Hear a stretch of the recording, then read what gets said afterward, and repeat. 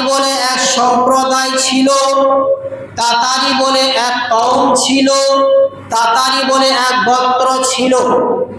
তারা মুসলিমদের উপরে প্রচন্ড হারে, ব্যাপক হারে জুলুম, অত্যাচার, নির্যাতন চালিয়েছিল। অনেক মুসলিম আহত হয়েছিল, আবার অনেক মুসলিম নিহত হয়েছিল। গণহত্যা চালিয়েছিল।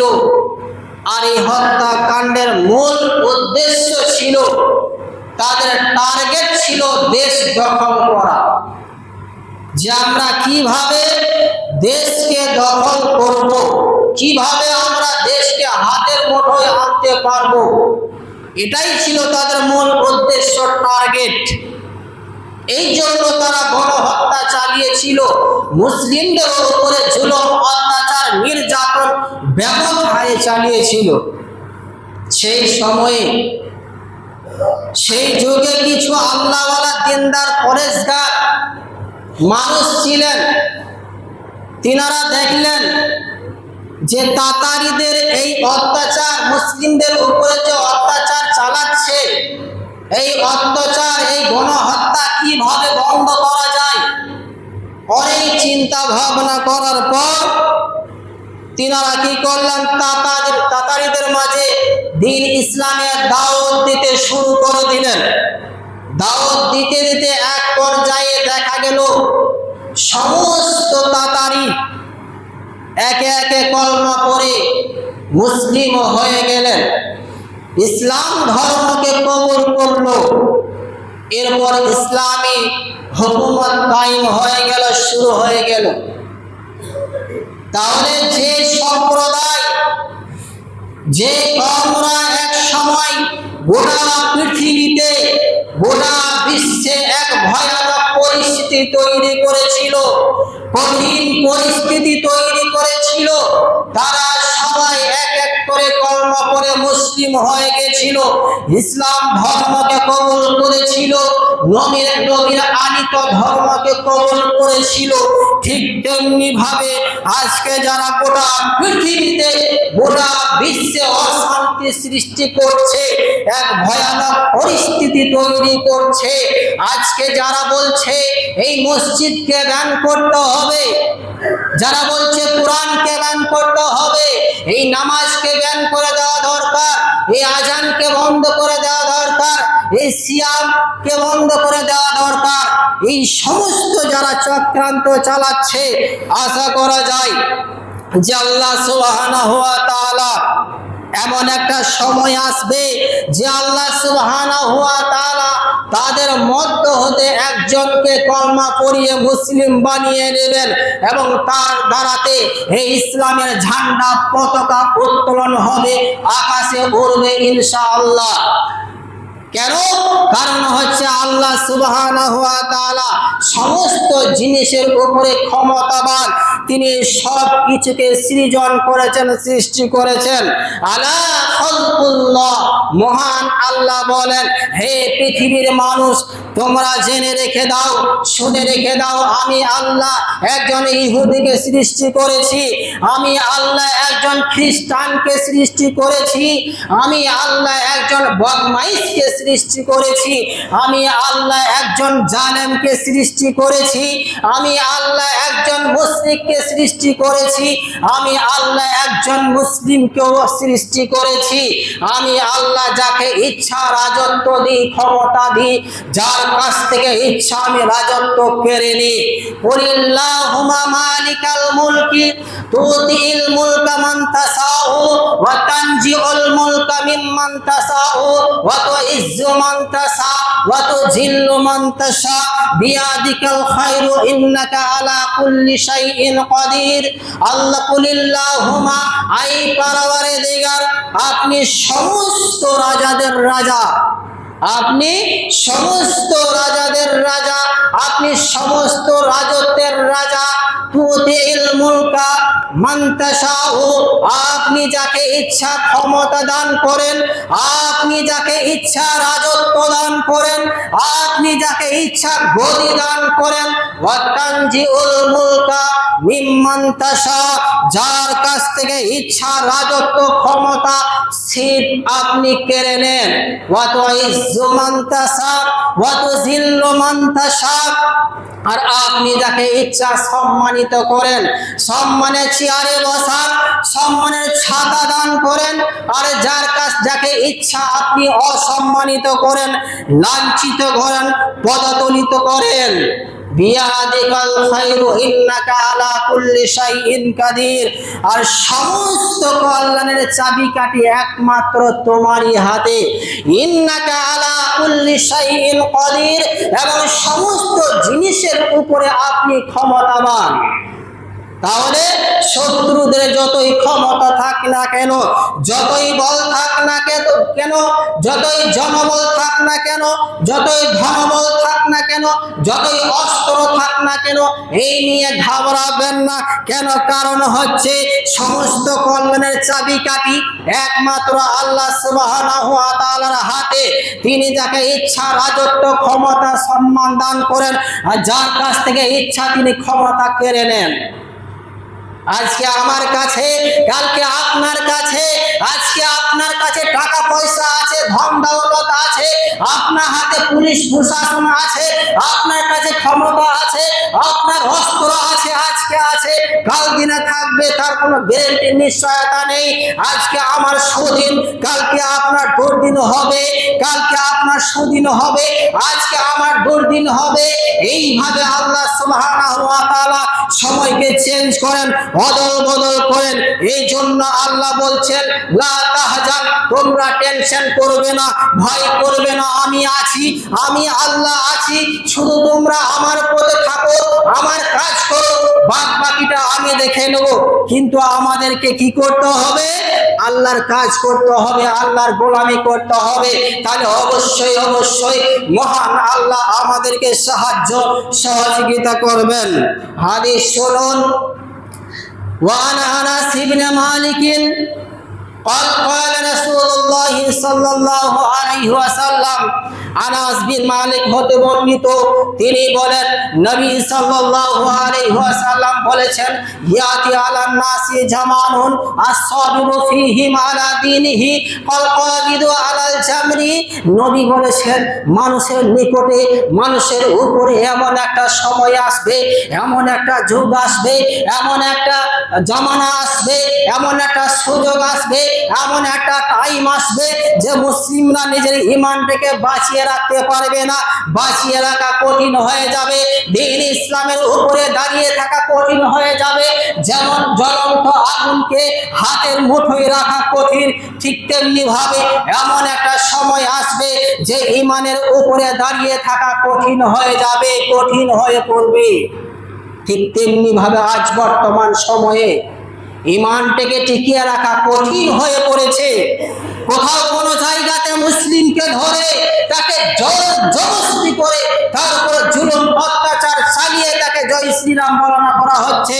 জয় শ্রীরাম বললে ভালো ছেড়ে দিচ্ছে, আর না বললে তাকে ট্রেন থেকে ফেলে হত্যা করে দিচ্ছে, পৃথিবীর বুক থেকে বিদায় করে দিচ্ছে, বাস থেকে ফেলে থেকে পৃথিবীর বুক থেকে বিদায় করে দিচ্ছে। আবার কেউ বলছে মসজিদ ব্যান করতে হবে, নামাজকে ব্যান করতে হবে, নামাজ এখানে পড়া যাবে না, নামাজ পড়তে হলে বাংলাদেশ দেশে যেতে হবে, পাকিস্তানে যেতে হবে, নামাজ পড়া যাবে না এই জায়গাতে। আবার কেউ বলছে আজানকে বন্ধ করে দিতে হবে, আবার কেউ বলছে রোজাকে বন্ধ করতে হবে, আবার কেউ বলছে মাদ্রাসা বন্ধ করতে হবে। কেন? কারণ হচ্ছে মাদ্রাসাতে সন্ত্রাসী ট্রেনিং দেওয়া হয়, মাদ্রাসাতে সন্ত্রাসী তৈরি হয়, মাদ্রাসা হলো জঙ্গিদের আদর ঘর, মাদ্রাসাতে জঙ্গি তৈরি হয়, মাদ্রাসাতে ক্রিমিনাল তৈরি হয়, মাদ্রাসাতে গুন্ডা তৈরি হয়, মাদ্রাসাতে ভণ্ড বদমাইশ তৈরি হয়। এইসব কথা বলছে না? বলছে। আবার কেউ বলছে মাদ্রাসাতে মোল্লা তৈরি হয়, হাজি, মাদ্রাসাতে মোল্লাই তৈরি হয়। কি তৈরি হয়? মাদ্রাসাতে মোল্লা তৈরি হয়। আর এই মোল্লারা, এই আলেম হুজুরা কি করেছিল? এই ভারতবর্ষকে স্বাধীন করার জন্য বুকের তাজা রক্ত দিয়েছিল। হাজার হাজার মোল্লারা, হাজার হাজার আলেম ওলামারা, তারা নিজেদের স্ত্রীর দিকে তাকায়নি, ছেলে মেয়েদের দিকে তাকায়নি, বাপ মায়ের দিকে তাকায়নি। তারা এই ভারতবর্ষকে স্বাধীন করার জন্য জীবন দিয়ে দিয়েছেন, বুকের তাজা রক্ত দিয়ে ভারতবর্ষকে স্বাধীন করে গেছেন। এই দুর্নীতি বন্ধ করার জন্য এই মোল্লারা, এই আলেমরা, এই হুজুরেরা এই দুর্নীতিকে বন্ধ করার জন্য মিম্বরে দাঁড়িয়ে জুমার দিনে অথবা জালসায় কঠিন ভাষায় বক্তব্য রাখেন। দেশে যে দুর্নীতি চলছে, দেশে যে ভণ্ডামি চলছে, দেশে যে গুন্ডামি চলছে, এই সব কিছুর বিরুদ্ধে এই মোল্লারা, এই আলেম ওলামারা সর্বপ্রথম মিম্বরে দাঁড়িয়ে জুমার খুতবায় কঠিন ভাষায় বক্তব্য রাখেন।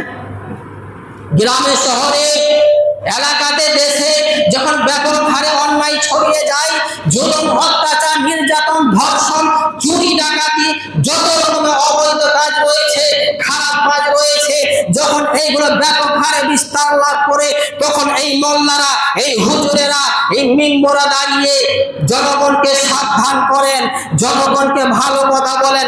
এই আলেম ওলামারা, এই হুজুরেরাই বলে, কেউ যদি দেশের আইনকে অমান্য করে, দেশের সংবিধানকে অমান্য করে, দেশের আইনকে যে ব্যক্তি বুড়ো আঙুল দেখায়, তার বিরুদ্ধে সর্বপ্রথম এই মোল্লারা আওয়াজ তোলে, এই হুজুরেরা আওয়াজ তোলে না? আমরা সন্ত্রাসী নয়, আমরা দেশদ্রোহী নয়, আমরা দেশকে ভালোবাসি। দেশের পূজা না করতে পারি, কিন্তু আমরা দেশকে ভালোবাসি। দেশের আইনকে আমরা শ্রদ্ধা করি, দেশের সংবিধানকে আমরা শ্রদ্ধা করি, দেশের আইনকে আমরা অমান্য করি না। যারা বলছে যে মাদ্রাসাতে ক্রিমিনাল তৈরি হচ্ছে, গুন্ডা তৈরি হচ্ছে, সন্ত্রাসী শিক্ষা দেওয়া হচ্ছে, তাদেরকে আমি বলতে চাই যে আপনি একবার না জেনে, কোনো মানুষকে না জানিয়ে আনসারে গোপনে মাদ্রাসায় আপনি যান। দরকার হলে আপনি রাতেই চলে যান গোপনে, প্রয়োজনে আপনি 1 মাস মাদ্রাসাতে থাকুন, দেখুন মাদ্রাসাতে কি শিক্ষা দেওয়া হচ্ছে। আপনি যখন কথা তুলেছেন, তো আপনাকে তদন্ত করা লাগবে, তদন্ত আপনাকে করতে হবে। তদন্ত না করে বলা আপনার উচিত হচ্ছে না, আপনাকে তদন্ত করে দেখতে হবে যে মাদ্রাসাতে কি শিক্ষা দেওয়া হচ্ছে, সন্ত্রাসী শিক্ষা দেওয়া হচ্ছে না কি শিক্ষা দেওয়া হচ্ছে। যে মাদ্রাসাতে সন্ত্রাসী শিক্ষা দেওয়া হয় না, মাদ্রাসাতে শিক্ষা দেওয়া হয় মানুষের সাথে কিভাবে ব্যবহার করবে, মানুষের সাথে কিভাবে আচরণ করবে, তোমার চরিত্রটা কেমন হবে, মানুষের সাথে কিভাবে কথা বলবে, মানুষের কিভাবে সাহায্য সহযোগিতা করবে, কোন মানুষ বিপদে পড়লে তার পাশে কিভাবে দাঁড়াতে হবে। মাদ্রাসাতে প্রকৃত অর্থে মানুষ তৈরি করা হয়, প্রকৃত অর্থে মানুষ তৈরি করা হয়। মানুষ তৈরি হয়, সন্ত্রাসী তৈরি হয় না, গুন্ডা তৈরি হয় না। আপনি বলতে পারবেন যে একজন মাদ্রাসা ছাত্র কিংবা একজন হাফেজ বা একজন কারি বা আলেম তার মাকে বৃদ্ধাশ্রম রেখে এসেছে, এরকম প্রমাণ আছে? নেই। কেন? কারণ হচ্ছে একজন আলেম, একজন হাফেজ, একজন মাদ্রাসা ছাত্র জানে মায়ের খিদমত কিভাবে করতে হবে। যে মা আমাকে জন্ম দিয়েছে, যে মা আমাকে প্রসব করতে গিয়ে, আমাকে জন্ম দিতে গিয়ে মায়ের শাড়িটা বিলাতে চুবে গিয়েছিল, মা যন্ত্রণায় ছটফট করছিল, কাটা মুরগির মতো ছটফট করছিল, সেই মায়ের খিদমত কিভাবে করতে হবে, সেই মাকে কিভাবে আগলিয়ে রাখতে হবে, সেই মায়ের পাশে কিভাবে দাঁড়াতে হবে, মায়ের সীমা যতটুকু কিভাবে করতে হবে জানে। আলেমরা জানে।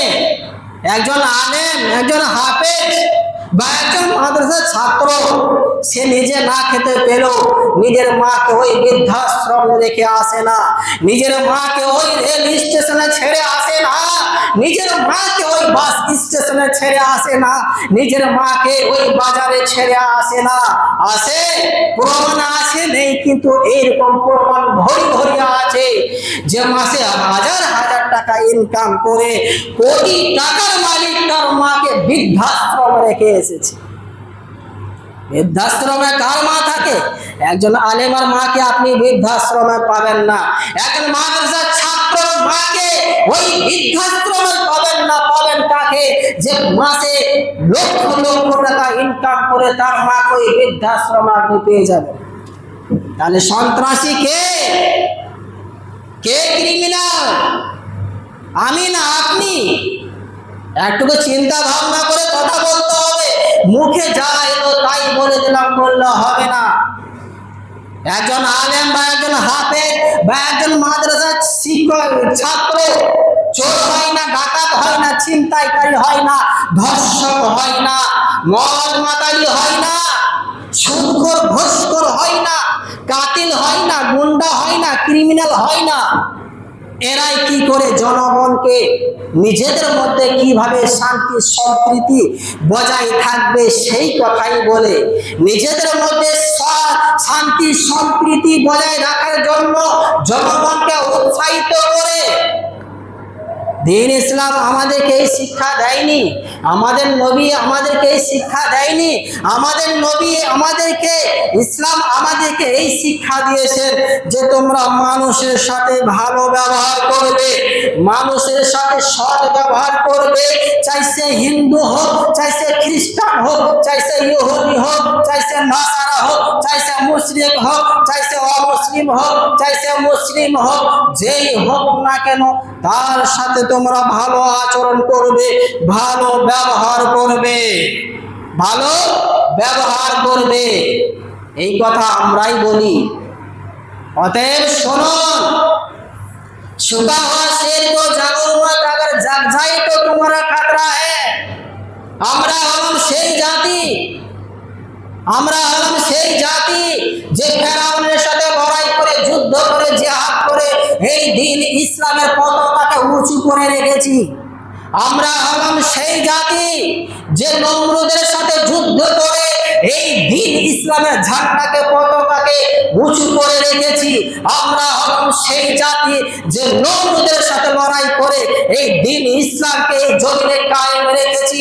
আমরা হলাম সেই জাতি যে উদ্বা সাইবার সাথে লড়াই করে, যুদ্ধ করে এই দ্বীন ইসলামের ঝান্ডাকে পতাকাকে আমরা উঁচু করে রেখেছি। আমরা সবই পারি, পারি না এমনটা নয়, আমরা সবই পারি। এই মসজিদ মাদ্রাসা বাঁচানোর জন্য যদি বুকে তাজা রক্ত দিতে হয় তো আমরা রক্ত দেওয়ার জন্য প্রস্তুত আছি, তবে এই মসজিদ মাদ্রাসা আমরা ছেড়ে দেব না। এই মসজিদ মাদ্রাসা বাঁচানোর জন্য যদি বুকে তাজা রক্ত দিতে হয় তো দিতে আমরা রাজি আছি, আমরা পিছপা হব না। ইতিপূর্বে যারা এই কোরআনের পিছনে লেগেছিল, যারা এই মসজিদকে ব্যান করতে চেয়েছিল, যারা এই নামাজকে ব্যান করতে চেয়েছিল, যারা ইসলামকে ব্যান করতে চেয়েছিল, আজকে তারা পৃথিবীর বুকে নেই। আজকে তাদের ক্ষমতা, তাদের দাপট, দাদাগিরি সব মাটির সাথে মিশে গেছে। অতএব তোমরাও লাগতে এসো না, মসজিদের পেছনে লাগতে এসো না, মাদ্রাসার পেছনে লাগতে এসো না, নামাজের পেছনে লাগতে এসো না, কোরআনকে বন্ধ করার জন্য এসো না, না হলে তোমরাও ধূলিসাৎ হয়ে যাবে, ধ্বংস